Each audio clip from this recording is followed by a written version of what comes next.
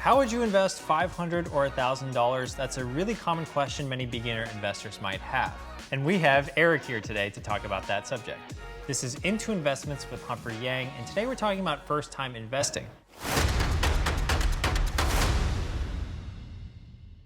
Hey man, how's it going? Great, how are you doing? Very well. So would you like to tell me a little bit about yourself? I'm 25 years old and I've been investing for about almost 2 years now, so still pretty new. Great. And what was your first investment, and do you remember what that was like? My first investment, I got a free stock. From there, I just kind of got really interested in other stocks and learning after I saw it like gaining money. I was like, oh, wait a minute, this is pretty easy. Let me go ahead and like look into it. I honestly thought of like, how are rich people making money? You know what I'm saying? And stocks was the first thing I thought of. Do you have any big knowledge gaps when it comes to investing? I would say like, how would you explain like, okay, these are the numbers of things you want to look at to find a good stock? There's a couple different types of analysis when it comes to stocks. There's something called fundamental analysis, and there's something called technical analysis.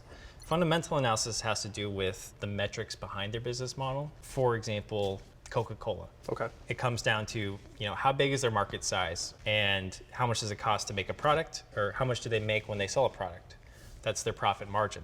Okay. So it comes down a lot to those fundamentals of their business model, and that's more like the fundamental analysis side. But then you also have the technical analysis, which is where a lot of traders will look at the stock chart and they'll look at the patterns of trading behavior that's happened in the past. And from those patterns, they can basically infer predictions on what they think the stock will do. Okay. Now, for an average or a beginner investor, if you stay away from picking stocks, you're almost going to perform better. Okay. And the reason is that, have you heard of what an index fund is? Is that like a fund that has like a bunch of different stocks into Yes. it? Like I'll say, I know a little something. I know a few things. So an index fund or an ETF is a basket of stocks in one fund. So you just buy one thing, buy that one ticker symbol, that one fund, and it basically gives you a broad exposure to all of those stocks that fund owns. And by doing so, you get natural diversification. And diversification is really key in investing because let's say you have 10 different stocks.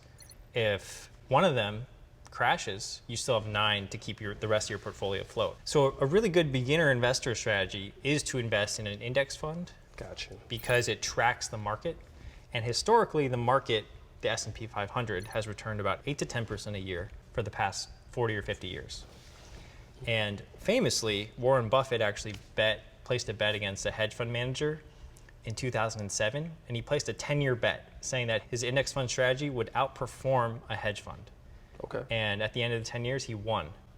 So basically, the hedge fund was actively managing money, trying to beat the market every single day, while Warren Buffett was just kind of chilling at home with his index fund, just not doing anything, and he still beat them. And it's a really time-tested strategy. So 1, you don't have to worry too much about the market and day-to-day swings. 2, it's passive.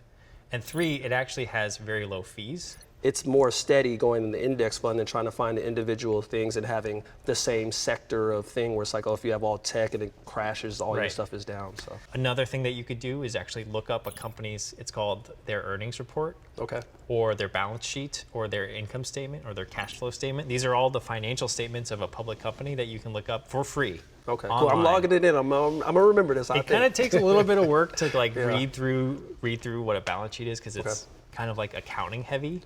But if you're able to read it, and there are a lot of tutorials online teaching you how to read a balance sheet, you can learn a lot about a business. And then what you can do is that after you have that knowledge and you start comparing company to company to company to company, you start to build up this library of experience that you've had. And then that way you can have a better framework for evaluating individual stocks if you'd like. And just if you continue to do that and you start learning from your mistakes or even from your wins, you get a really good feedback loop going. There's been a lot of mistakes. Like actually, I'll ask you this because tell me your biggest mistake. So here's the thing. So the one I said that I invested in, I bought this one stock at like $2, right? Like 2 and some change. I bought like 5 of them. I thought I was doing something. And so it eventually ended up getting up to $72 a share. But I didn't know like at what point like it just went from this to like this. And I'm like, I learned about stop losses late. I learned about all these things so after the fact where I was just like, if I had only known, or like, do I just wait, or with companies like that, what do you do in situations when you go up so much? Do you like sell a little bit for profit and then keep some there, or, you know? So your question is more about exit strategies. Exit strategy, there we go, strategies. the terminology I Yes. need, yes. So if you're investing for, let's say, 40, 50 years and you really believe in the company, most people would have told you to hold forever, you know, until 40, 50 years. But what a lot of swing traders and traders do is that if they see their stock go up a certain percentage, they like to take a little bit of profit off the table, just to even like cover some of their, it's called the cost basis. So that's what you put into the stock, your initial investment into the stock. Did you end up selling that stock? So I did. I ended up selling it, but I rebought.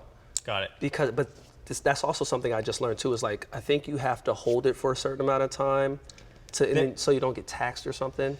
Yeah, if you sell a stock and you buy it back in within 30 days, there's something called the wash sale rule. And so what basically happens is the IRS doesn't want you resetting your cost basis. That's what it's called. So they want to make they want to take their taxes. I thought I was smart. I thought I was getting over. I was like, yeah. So do you know anything about capital gains tax? So that's the thing. I've heard of it, but I'm not sure. Like, I think I was watching a video on YouTube where someone was like, you have to make a certain amount for them to care, per se. Like, if you don't make a lot of money, it won't take too much, but I don't know if that's true or not. So the way capital gains on stocks works is, I'm not sure if you know this, but there's taxes on long-term versus short-term capital gains.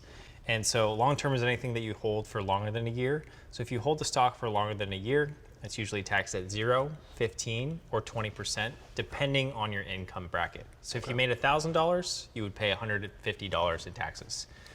For short-term gains, this is where it gets kind of interesting or more expensive. It's taxed at your ordinary income rate. Oh. So if you make $50K a year and your ordinary income rate is 32%, on that same $1,000 gain, you're going to be paying $300, $320 in taxes. Yeah. Just like capital gains, there are capital losses. And every single year, the IRS allows you to offset $3,000 of capital losses. Okay. So that means if you had $10,000 in gains, but $3,000 in losses, you could lock in those losses by selling. Okay. And then your gain would only be $7,000. Right. Does that make sense? That does make sense. So you only pay taxes on that $7,000 gain instead of the 10. So you can lock in those losses. So sometimes people at the end of the year, they do like to sell, especially if they're losers, and maybe they might buy back in later, 30 days later. But that's essentially what that is. I grew up playing sports. I never knew losers could win. I'm not gonna lie. Do you know how much in gains you actually had last year? I'm not really sure at the moment what the exact number is, but yeah. So what you'll actually get at the end of the year is a 1099 NISC form. And it's actually from your brokerage, and it'll tell you exactly how much you gained or you lost. Okay. But if you are feeling unsure about it, what you can do is just go online to TurboTax. They have a bunch of free resources like the capital gains calculator. They also have a blog where you can learn about anything investing related, which is pretty cool. But the capital gains calculator is actually pretty sweet because you just enter in everything that you got on your 1099 and it just tells you exactly how much you owe. Oh, that's easy. They have live tax experts that you could talk to one-on-one. Oh, that's dope. Yeah. You know what I'm saying? Because I got a lot of questions, so it'd be good to, like, you don't have to like email somebody back and forth or whatever like that. Right. So that's pretty cool. I partnered with Intuit TurboTax to answer your questions about investments so that you can fuel your financial potential. We'll be talking about crypto, NFTs, stocks, capital gains, and a whole lot more.